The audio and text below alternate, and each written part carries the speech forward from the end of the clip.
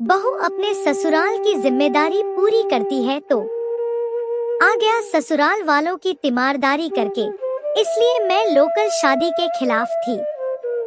आए दिन बहू अपने मायके जाती है और तुम्हें भी अपने पीछे घुमाती है।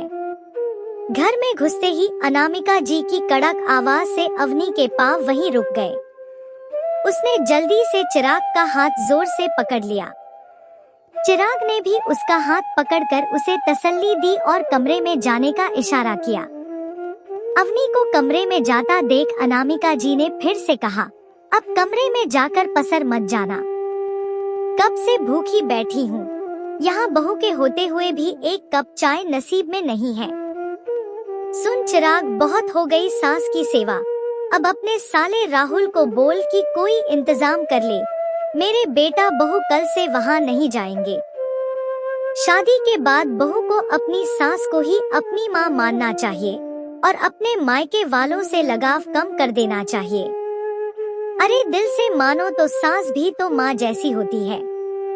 अनामिका जी की बातें सुनकर चिराग झुंझला कर उठा और गुस्से में बोला, प्लीज माँ, कभी तो अपनी तीखी जुबान को शहद खिला दिया करो, जो मुंह में आता है बोल देती हो। मम्मी जी की हालत आपसे छुपी नहीं है और राहुल को भी रोज हमें यूं बुलाना अच्छा नहीं लगता, लेकिन जब बात माँ के स्वास्थ्य की हो तो कौन बेटा बेटी परेशान नहीं होगा।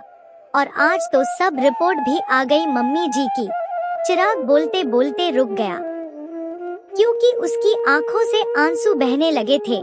चिराग अपने आंसुओं को रोकते हुए अनामिका जी से बोला, अभी आपने कहा कि सास भी तो माँ जैसी ही होती है, तो ये सिर्फ बहू के लिए ही क्यों, दामाद के लिए सास माँ जैसी क्यों नहीं हो सकती?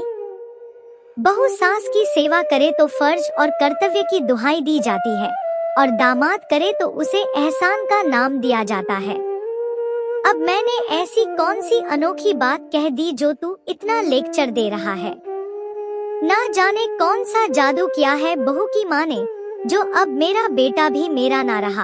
अनामिका जी चिढ़कर बोली, वो बेचारी किसी पर क्या जादू करेंगी जब उनकी जिंदगी के कुछ ही दिन बचे हैं। डॉक्टर ने कैंसर बताया है, वो भी लास्ट स्टेज पर। चिराग इतना बताकर निढाल हो गया। ये खबर सुनते ही अनामिका जी के हाथ पैर सुन्न हो गए और वो शांत होकर चिराग की ओर देखने लगी और सोचने लगी कि उनकी सोच को क्या हो गया है। जिस बहू के आने का उन्होंने बेसब्री से इंतजार किया और खुद से वादा किया था कि उसे बेटी बनाकर रखेंगी, आज वो उसी के दर्द को समझ नहीं पाई। तभी उनके मोबाइल पर उनकी बेटी सौम्या का फोन आया। मम्मी, आ गई तुम्हारी लाडली बहू। सही है, इतनी छूट अगर मेरी सास मुझे देती तो मैं तो उनके चरणों में ही बैठी रहती। कहाँ मिलेगी उसे आपके जैसी सीधी सास। थोड़ा उसकी नकेल खींच कर रखो और भाई को भी समझाओ कि वो दामाद है। यूं ससुराल वालों के पीछे पीछे घूमना उन्हें शोभा नहीं देता।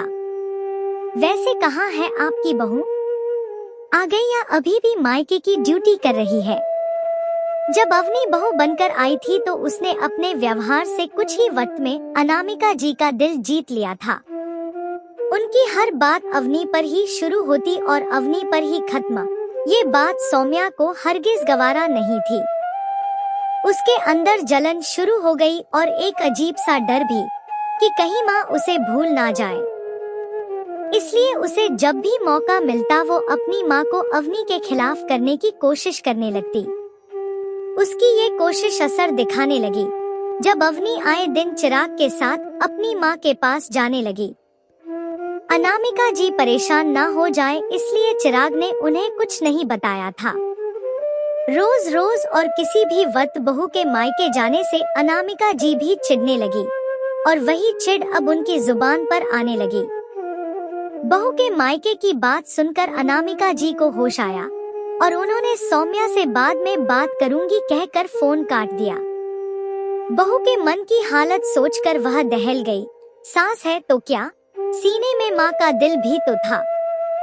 फिर जैसे उन्हें कुछ याद आया और वो लगभग दौड़ते हुए अवनी के पास गई। अवनी मुंह पर हाथ रखकर सुबक रही थी। उसकी हालत देखकर अनामिका जी को अपनी सोच पर ग्लानि होने लगी।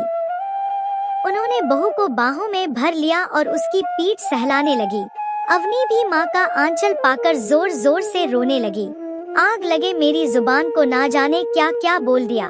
मुझे माफ कर दे बहू, माना कि मैं थोड़ी मुहफट हूँ, मगर इतनी भी बेरहम और पत्थर दिल नहीं। अनामिका जी पश्चाताप से रोने लगी। अब से तुम यहाँ से निश्चिंत हो जाओ और तुम सिर्फ अपनी माँ की देखभाल करो। यहाँ पर मैं सब कुछ संभाल लूंगी। तुम उनके साथ समय बिताओ और जहाँ तक हो सकेगा मैं भी उन्हें खुश रखने की कोशिश करूंगी। अनामिका जी फोन पर सौम्या का फिर से फोन आ रहा था। अनामिका जी ने फोन उठाया और बोली, सौम्या सुधर जा, अभी भी वक्त है। तुम्हारी वजह से मैंने अवनी बहू को क्या कुछ नहीं कह दिया। सीख उससे कुछ मायके के साथ ससुराल के रिश्तों को कैसे प्यार से सहेजते हैं। अगर बहू अपने ससुराल की जिम्मेदारी खुशी से पूरी कर सकती है तो दामाद क्यों नहीं।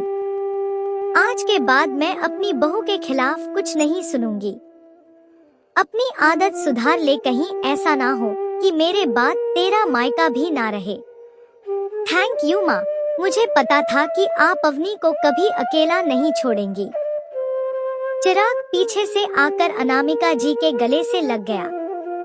अनामिका जी चिराग और अवनी के साथ अपनी समधन से मिलने गई और उन्हें आश्वस्त किया कि राहुल और अवनी अकेले नहीं हैं।